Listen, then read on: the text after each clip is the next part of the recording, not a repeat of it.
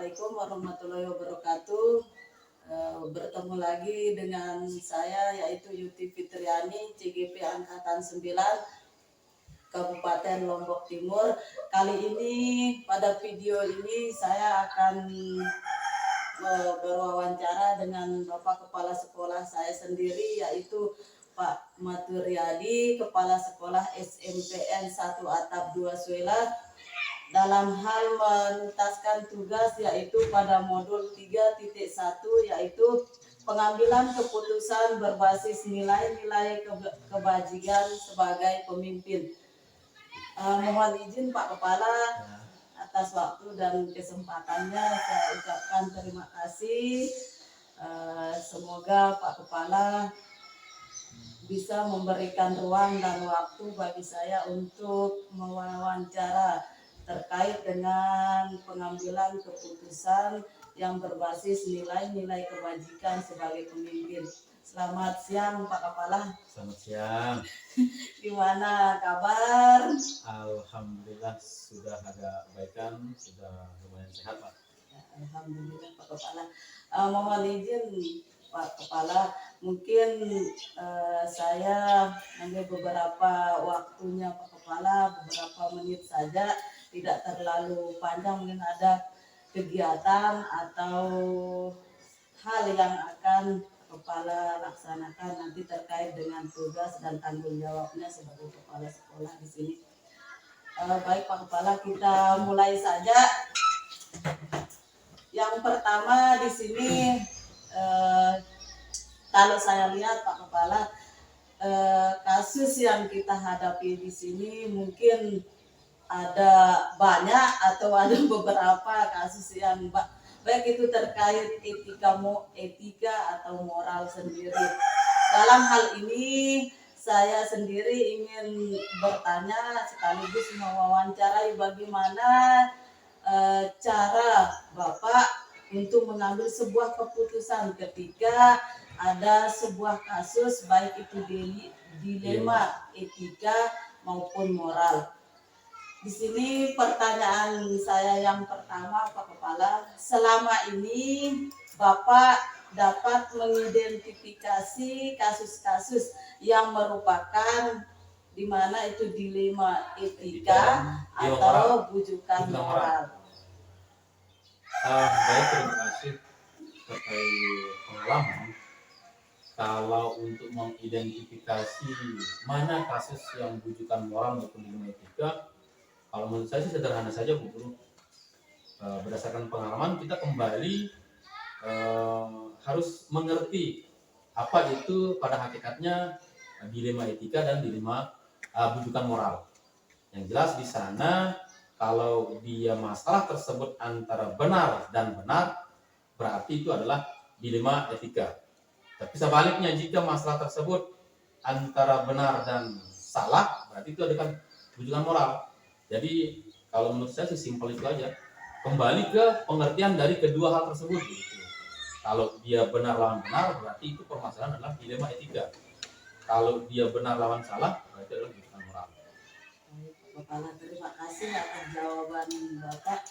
Yang pertanyaan kedua, Bapak, selama ini bagaimana Bapak menjalankan pengambilan keputusan di sekolah ini, terutama untuk kasus-kasus di mana ada dua kepentingan yang sama-sama benar atau sama-sama mengandung nilai kebajikan tersebut? Memang sebagai seorang pemimpin itu pada hakikatnya tugasnya adalah bukan saja mengambil sebuah kebijakan tapi mengambil sebuah keputusan. Memang terkadang kita dihadapkan kepada hal-hal yang lumayan sulit, apalagi ini terkait kedua-duanya benar-benar. Nah, alhamdulillah yang selama ini saya terapkan karena kebetulan saja saya kan dasarnya adalah dari guru penggerak. Di sana sudah kita diajarkan ada 9 langkah dalam pengambilan keputusan. Nah, itu yang saya terapkan. Luar biasa sekali Pak Kepala. Nah, kira-kira nih Pak Kepala tadi menyebutkan 9 langkah dalam pengambilan keputusan dilema etika. Langkah-langkah atau prosedur seperti apa yang bisa Bapak lakukan selama ini? Ya sederhana saja Bu Guru. Dari 9 langkah itu ya termasuk menurut saya prosedurnya. Yang mulai dari misalkan kita mengidentifikasi atau mengenal bahwa ada nilai-nilai yang saling bertentangan. Itu kan poin pertama. Kemudian poin keduanya kita menentukan yang terlibat dalam situasi itu siapa saja. Contohnya apakah hanya guru dengan guru, atau guru dengan siswa, atau guru dengan masyarakat. Kemudian setelah kita menentukan siapa saja yang terlibat, kita mengumpulkan fakta-fakta terkait kasus tersebut. Selanjutnya, pengujian benar dan salahnya. Apakah memang kasus itu seperti yang dikatakan di awal, ini kan bagian dari proses mengidentifikasi. Apakah hanya ada benar dan salah, atau memang benar dan benar. Setelah kita mengetahui, menguji antara benar dan salah, selanjutnya dari kalau nggak salah dari 9 langkah itu pengujian paradigma benar lawan benarnya. Di sana kan kalau nggak salah ada terkait individu sama masyarakat, kemudian rasa keadilan dan rasa kasihan dan seterusnya. Mohon maaf kalau saya nggak ingat. Kemudian selanjutnya kalau nggak salah setelah melakukan benar lawan benar paradigmanya, melakukan prinsip resolusi. Nah, selanjutnya setelah resolusi itu ada investigasi opsi trilema. Artinya dari sekian itu mungkin ada opsi lain yang bisa kita jadikan rujukan untuk pengambilan keputusan tersebut. Nah, yang langkah ke-8 membuat keputusan. Membuat keputusan itu juga terakhir kita refleksi lagi keputusan tersebut. Seperti apa nanti dampak yang akan dihasilkan. Nah, itulah selama ini pengalaman yang mencoba saya terapkan. Baik Bapak, pengalaman dari pengambilan keputusan tersebut yang 9 langkah itu sangat luar biasa sekali Bapak terapkan di sini, dan itu pun dapat saya lihat sendiri ketika Pak Kepala mengambil sebuah keputusan, baik itu dilema etika maupun bujukan moral. Setelah Bapak melakukan langkah-langkah yang 9 tersebut, kira-kira nih Pak, hal-hal apa saja yang selama ini yang Bapak anggap efektif dalam pengambilan keputusan pada kasus-kasus dilema etika tersebut? Oke, baik Bu Guru. Ini kan lebih dispesifikkan ke dilema etika. Jelas berarti benar lawan benar. Yang namanya dilema itu lumayan sulit Bu Guru. Benar, artinya dilema. Sudah dilemanya kita sudah bingung gitu. Cuman dari 9 langkah itu yang menurut saya poin pentingnya yang paling efektif lah di pengalaman saya gitu. Setelah kita mengidentifikasi permasalahan tersebut, ya tinggal kita uji bahwa ini adalah emang benar lawan benar atau sebaliknya itu benar dan salah. Kalau benar dan salah berarti kan sudah jelas. Jika kita mengambil salah keputusan berarti kita melanggar aturan gitu. Nah, setelah pengujian paradigma benar lawan benar, dari identifikasi itu kita akan lihat permasalahan itu apakah ini terkait individu sama masyarakat atau rasa keadilan dengan rasa kasihan. Kemudian kita melakukan prinsip resolusi.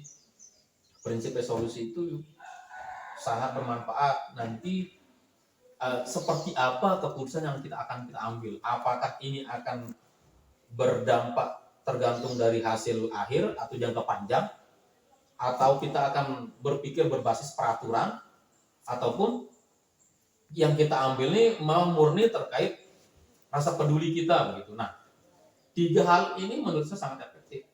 Pertama kita identifikasi, kemudian kita uji benar lawan benarnya, kemudian kita melakukan prinsip resolusi.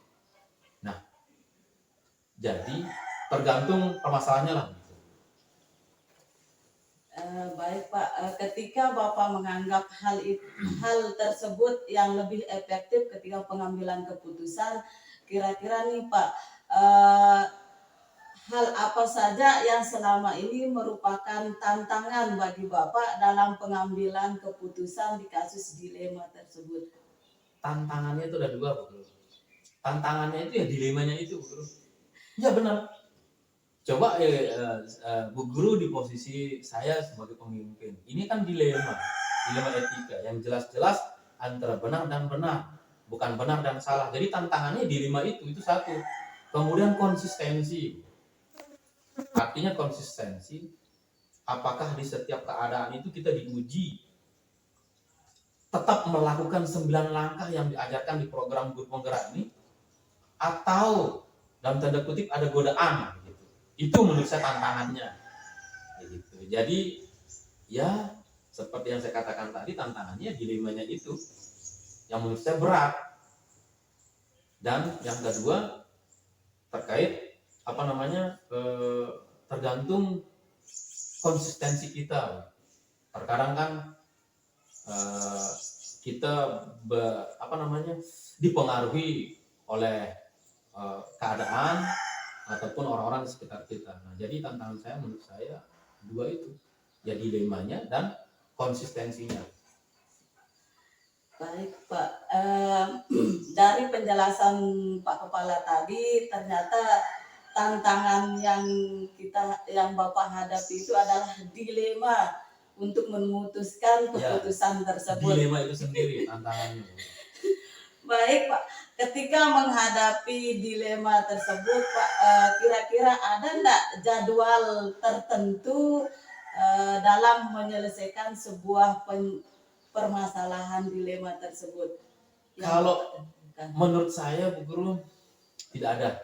Berdasarkan pengalaman sudah, kalau memang itu ada masalah ya langsung saja selesaikan. Iya, kita berusaha selesaikan secepatnya, karena unsur mendiamkan masalah itu berlarut-larut akan menambah masalah lagi yang lain.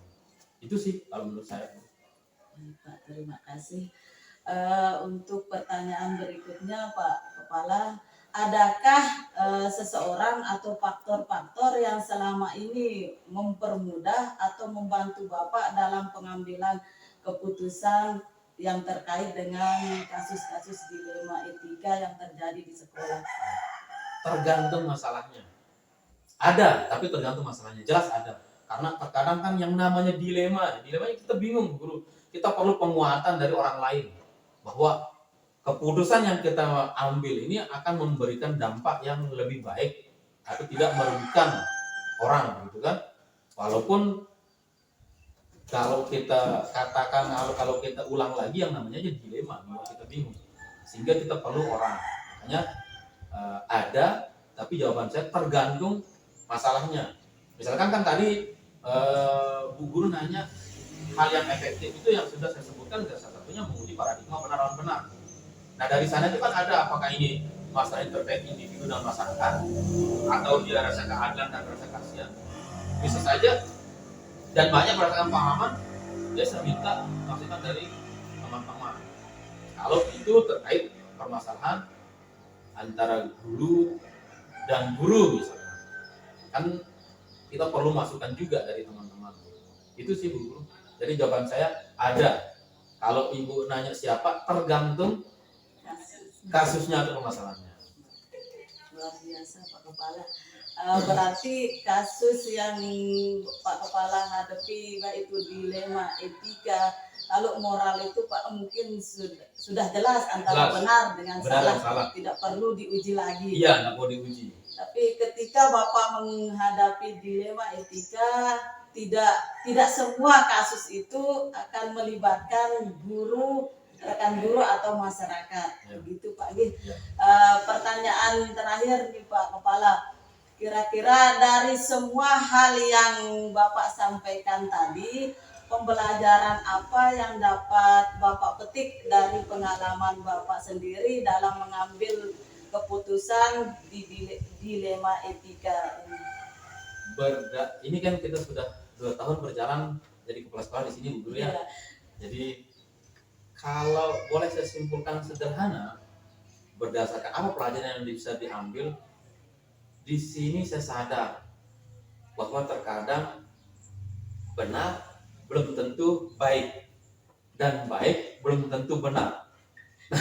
Mudah-mudahan ini udah bertanya ini. Yang selalu Pak Kepala ucap. Ya, karena kan oke lah, ini benar, tapi terkadang tidak baik bagi semua teman-teman lah, kita semua guru atau kepada sekolah. Ini baik, tetapi terkadang tidak benar atau kita melanggar kode etik lah begitu. Nah itu pelajaran yang saya ambil. Luar biasa sekali Pak Kepala. Terima kasih atas waktu dan kesempatan yang Bapak berikan kepada saya untuk menyelesaikan tugas dalam modul 3.1 ini. Dan saya juga akui bagaimana Bapak sendiri memberikan saya semangat untuk mengikuti program guru penggerak ini. Jujur Pak, saya tidak pernah bermimpi untuk masuk ke guru penggerak ini, tetapi dengan mengikuti kegiatan program guru penggerak ini sampai ke modul terakhir ini, saya banyak mengambil sebuah pengalaman, dan hal inilah yang sangat luar biasa sekali, bagaimana mengambil sebuah keputusan untuk sebagai pemimpin yang baik dan bijaksana. Dan betul Bu Guru ya, kalau saya potong, karena ini kan teman-teman guru penggerak itu memang diproyeksikan menjadi seorang pemimpin di pelajaran gitu kan. Dan yang saya rasakan memang betul-betul 9 langkah pengambilan keputusan yang sudah dapatkan di program ini akan sangat bermanfaat dan akan diuji. Saya ulang, akan diuji. Diuji dengan keadaan, diuji dengan kondisi, tetapi yakin saja. Dan ini kan saya buktinya. Dari 9 langkah pengambilan keputusan ini, insya Allah dampaknya itu lebih banyak kebermanfaatan daripada mudaratnya gitu. Walaupun tadi di akhir saya mengatakan terkadang pelajaran yang kita ambil baik belum tentu benar, ataupun benar belum tentu baik gitu. Itu Bu Guru. Baik, luar biasa sekali Pak Kepala saya di sini. Beliau adalah panutan bagi saya dan bagi Bapak Ibu guru yang lain. Semoga di program guru penggerak ini juga memberikan sebuah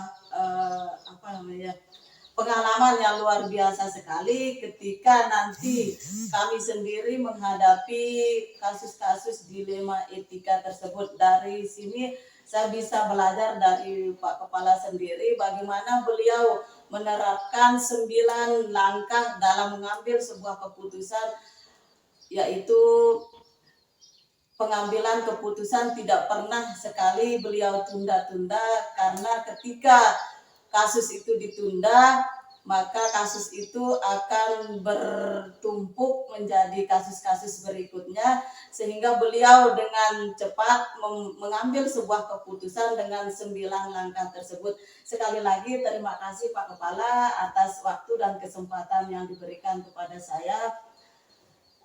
Sekian, assalamualaikum warahmatullahi wabarakatuh. Waalaikumsalam.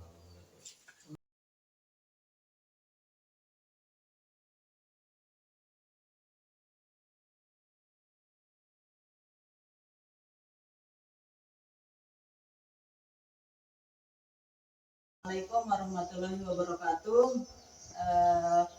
Kali ini saya ditemani oleh Bapak Kepala Sekolah dari SMPN 1 Atap 3 Suela, yaitu Bapak Agus Setiawan SPD. Selamat siang Bapak. Selamat siang.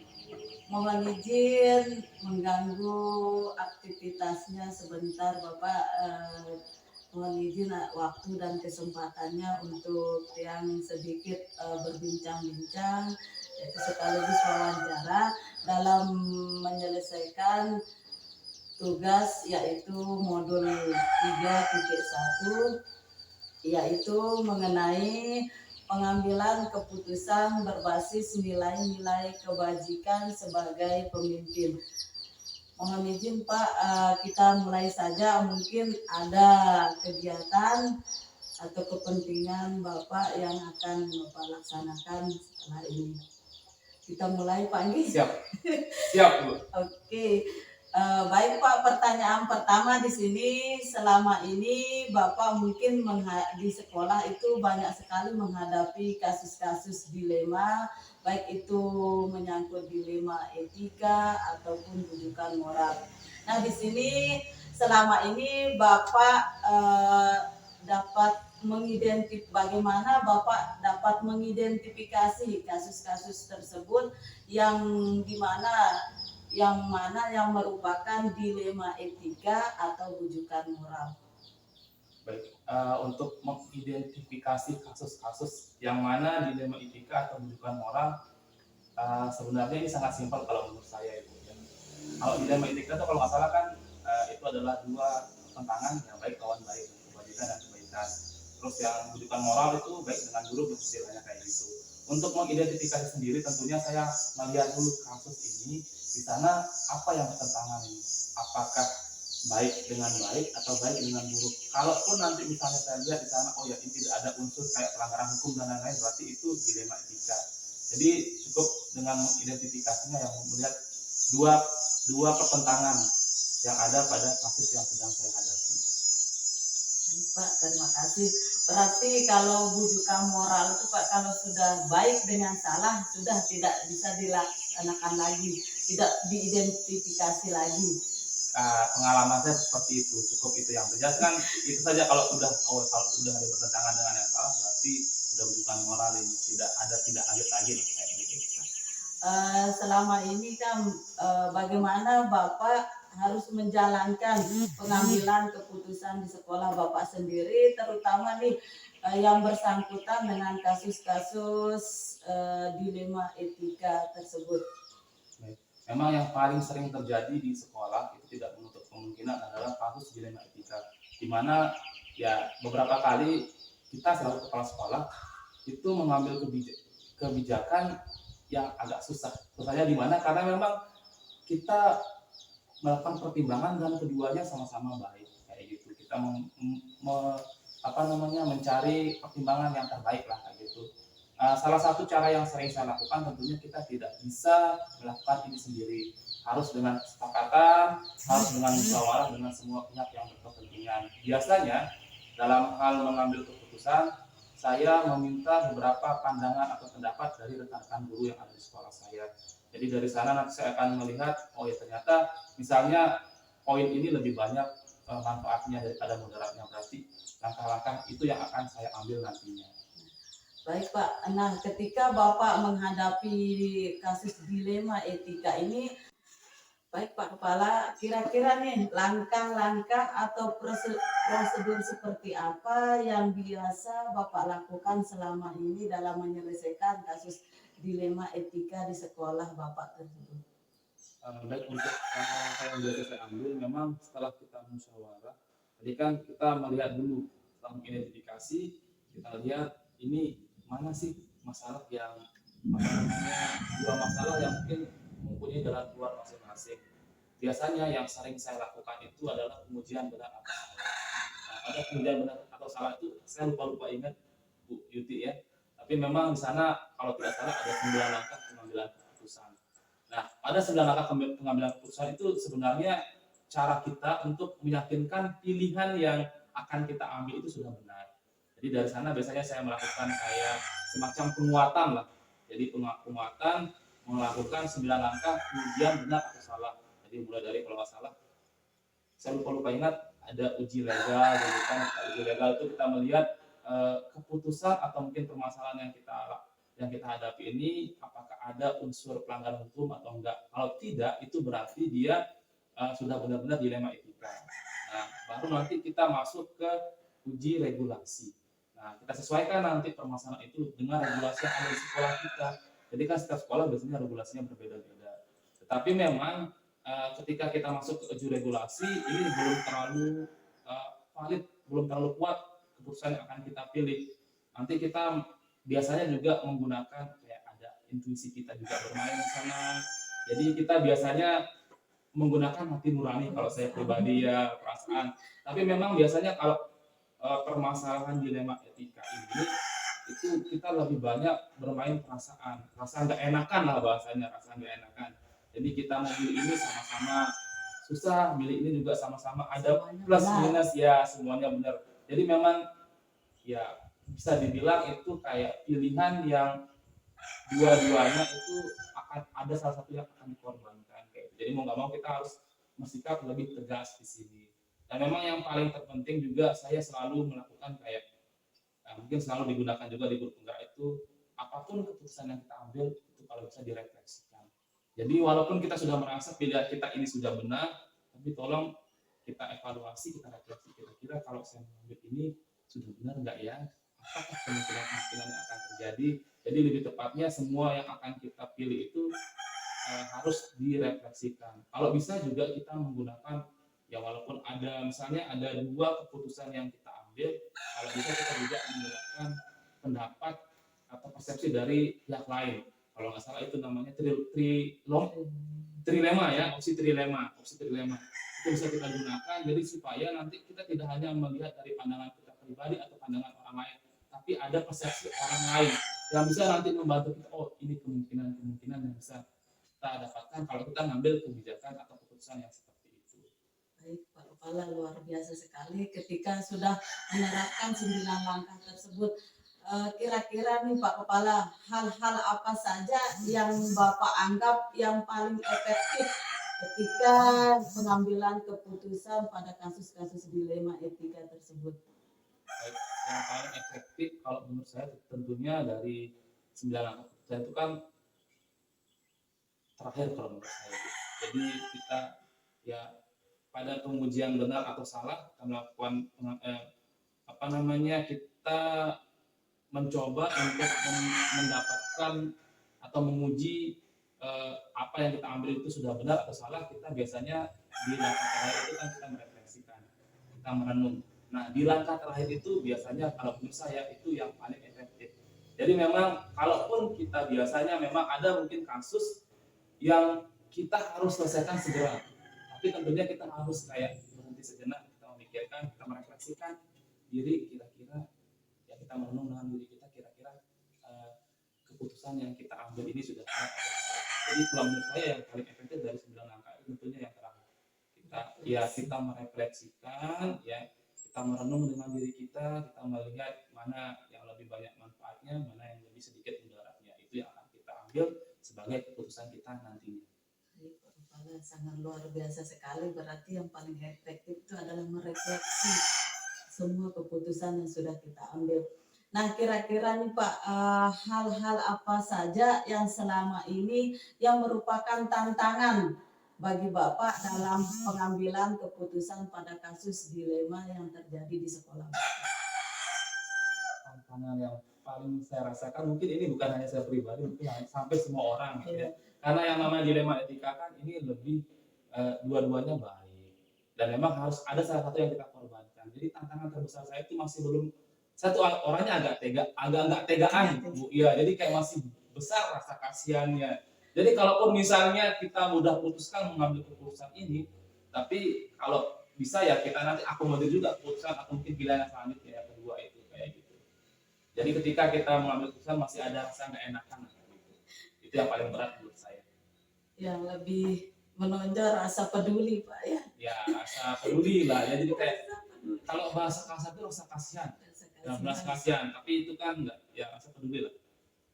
Baik Pak, di sini pertanyaan selanjutnya, apakah Bapak memiliki sebuah tata kala atau jadwal tertentu di sekolahnya Bapak ketika ada permasalahan atau dilema kasus etika tersebut?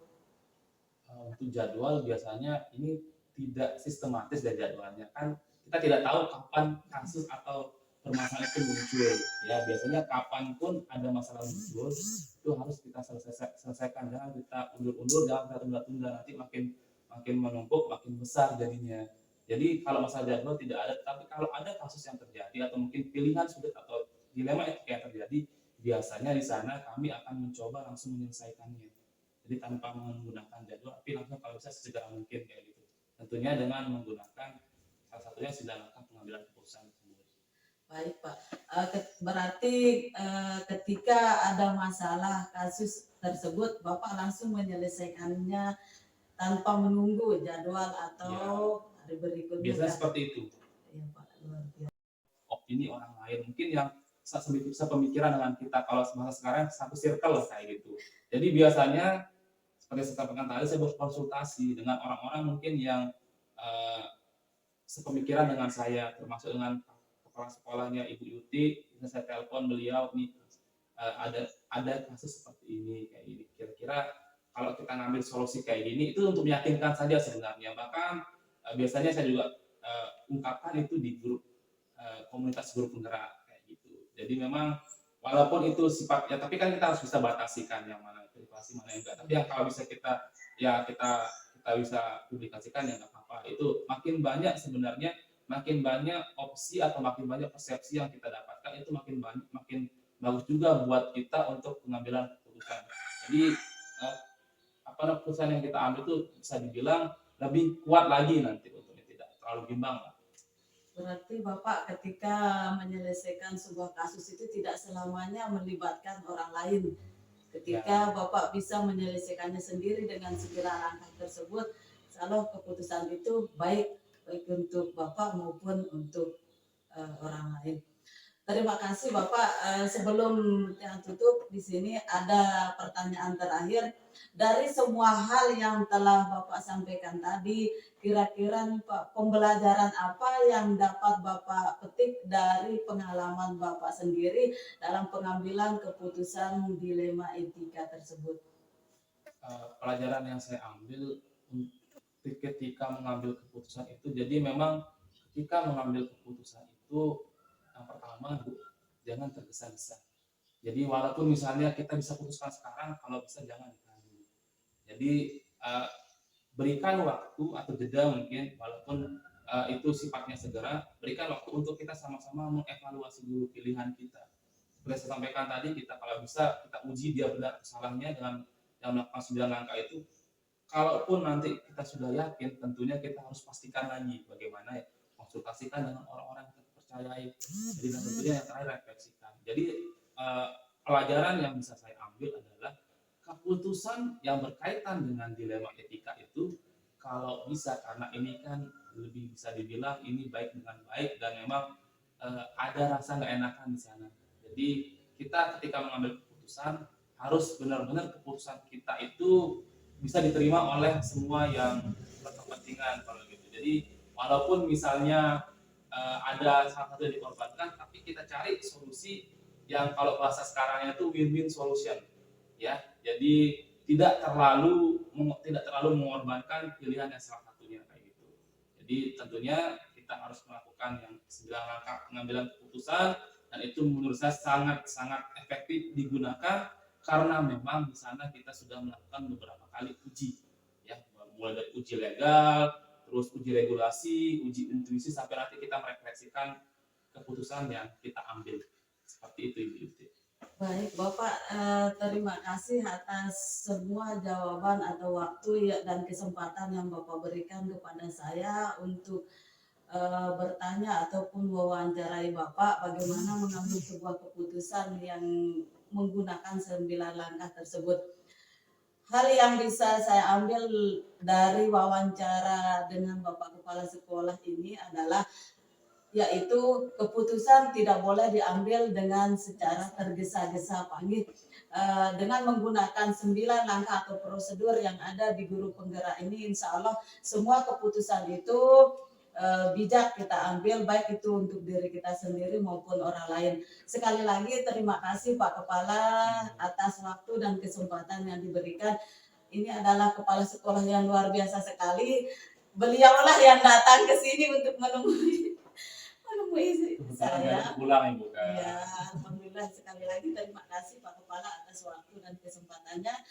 Untuk itu sekian dan terima kasih. Assalamualaikum warahmatullahi wabarakatuh. Waalaikumsalam warahmatullahi wabarakatuh.